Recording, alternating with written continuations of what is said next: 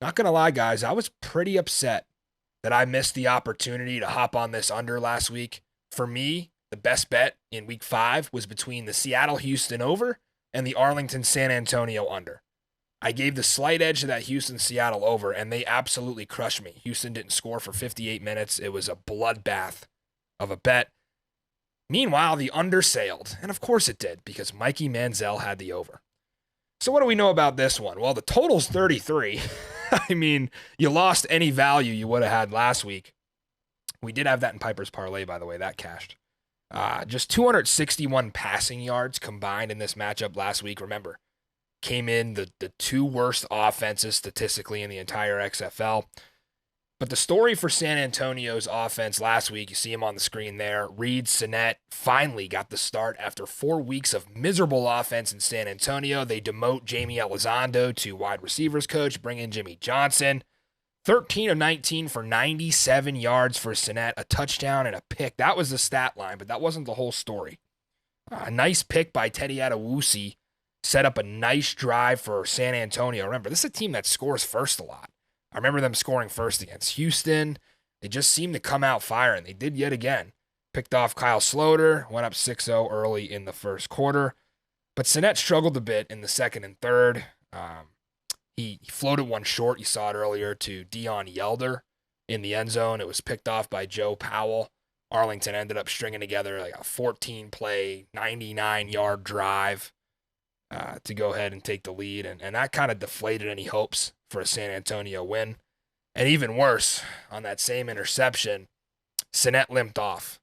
And reports emerged after the game by Greg Luca of the San Antonio Express-News that Sinnett suffered a broken foot. Just a heart-wrenching blow for the Brahmas and the entire league. I can't imagine how Reed feels about this. If you watch Player 54, the docuseries, you know how supportive of a teammate he has been to Jack Cohn and the other players on that roster. They interviewed him on the sideline in-game a few times, and just a great guy, Reed Sinnett. And it really sucks for his whole season to be derailed by injury just 3 quarters into his first start. We really wish Reed Sinnett the best going forward and hope he makes a speedy recovery there. And this was Jack Cohn's absolute last chance when he was thrown in. He did not deliver. So San Antonio went and picked up Kurt Benkert. Used to back up Aaron Rodgers in Green Bay, played a little bit of practice squad ball, was with Atlanta, was with Green Bay, most recently, I think, San Francisco. Benkert with a great following on social media, always a fan favorite guy. Did a little thing on his TikTok where he used to throw balls at fans and see if they could catch them. That's a teaser for something we're going to have to do with Mikey Manziel. How fast can he catch a ball from Kurt Benkert? And Kurt can sling it. He was actually invited to the NFL Combine to throw passes to the draft class members. So really cool to see that. I remember Houston wanted him to start the year. Kurt said he didn't want to pick up and move his family to Texas after going through the grind of an entire NFL season. Well, a little bit of a change of heart for Benkert now. Seems like he's got his affairs in order. Houston trades him to San Antonio for Drew Lewis. So they already have 2 quarterbacks. Houston loads up, gets another linebacker out of the situation. Kurt Benkert probably not going to start this week. I'm assuming they'll go Jack Cohn with Jawan Pass as the backup. A little too early for him to get action right away. But I would assume Kurt Benkert's going to get the go down the stretch here. So crucial game for San Antonio. If they can pull this one out, give the keys to Benkert, maybe they make a little run here. Some more stuff about the San Antonio offense against the Arlington defense. Arlington 3 picks last week. They are tied for second in the league in takeaways, 12 in that category.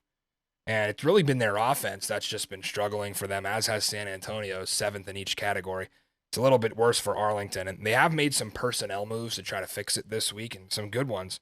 Jordan Smallwood out. Vic Bolden is in. And if you guys watch spring football, you know Vic Bolden, remember, over in Birmingham, he was balling out. I think he had MVP of the championship game for his winning Stallions. Great team they were, catching balls from Jamar Smith out of Meridian, Mississippi. Yeah, Vic Bolton's the real deal, guys, and he's going to be a good addition here. They also moved Kenneth Farrow, the running back, who was showing some spark, to the IR.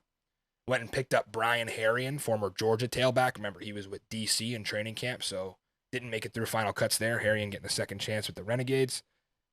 They've gone through some running backs, guys. Keith Ford was cut. Adrian Killens was cut.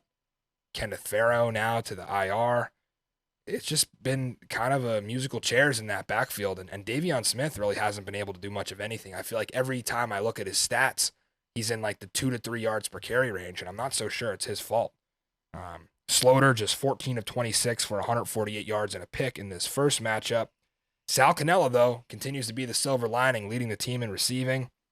I think you can really only go up if you're this offense, right? Trending up in the pass department, but the run game has just been miserable, and they've only scored 5 offensive touchdowns on the entire season. So they've decided to stick with Sloter. I think the chemistry is working with Cannella.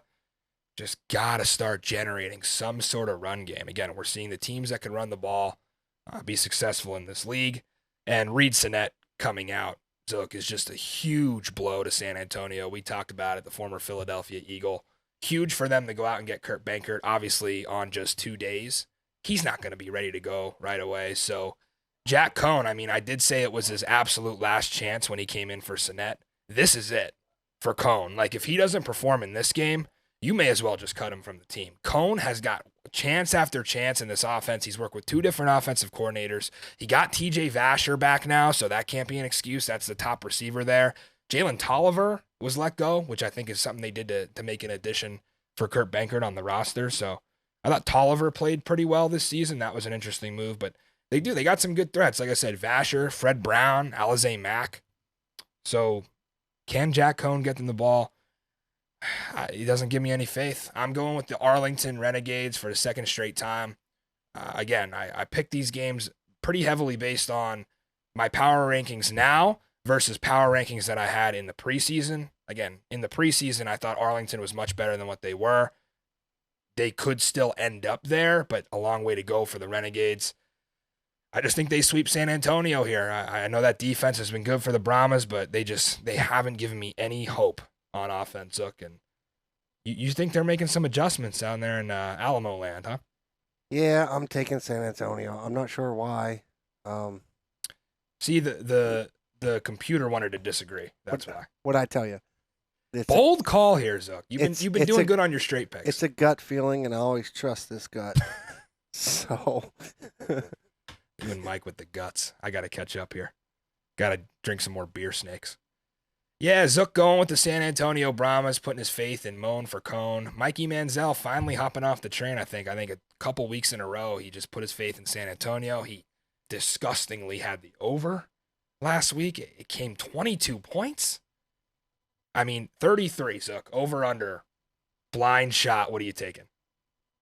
I have to think the under here again. I'm still taking the under. Yeah. I mean, you lose value, but still, I mean. Neither of these offenses have proved they can score the ball. The only thing I worry about is a defensive score, which if you remember back to week 2, sure, I had the under for San Antonio. What happened? They blocked the punt.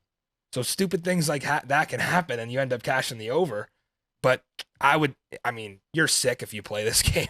I would still take the under.